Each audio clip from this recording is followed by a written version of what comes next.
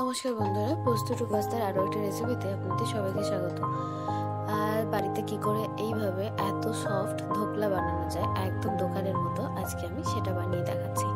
তো চলুন শুরু করা যাক। প্রথমে 2 কাপ মতো বেসন নিয়ে নিচ্ছি, পরিমাণ মতো নুন, একটু হলুদ দিয়ে ভালো করে মিশিয়ে নিচ্ছি।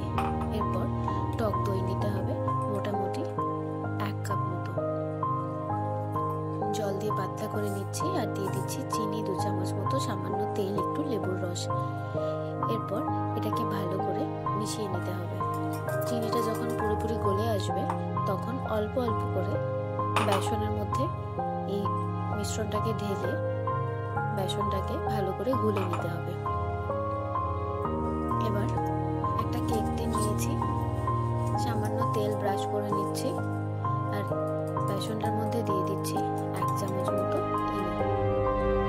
এই পরিস্থিতিতে এটাকে এভাবে কেক টিনের মধ্যে ঢেলে নিয়ে ভালো করে ছড়িয়ে নিতে হবে। আর এরপর একটা কড়াইয়ে সামান্য জল দিয়ে গরম হতে দিয়েছিলাম। জলটা গরম হলে এটা বসিয়ে 20 মিনিট মতো চাপা দিয়ে অল্প আঁচে এটাকে হতে দিতে হবে। 20 মিনিট পর একবার চেক করে নিতে হবে হলো কিনা। চাটনিটা বানানোর জন্য কড়াইয়ে তেল দিয়ে কালো সরষে, কারি পাতা, লঙ্কা, নুন আর চিনি দিয়ে ভালো করে নাড়িয়ে দিয়ে দিতে হবে উপর থেকে একটু জল।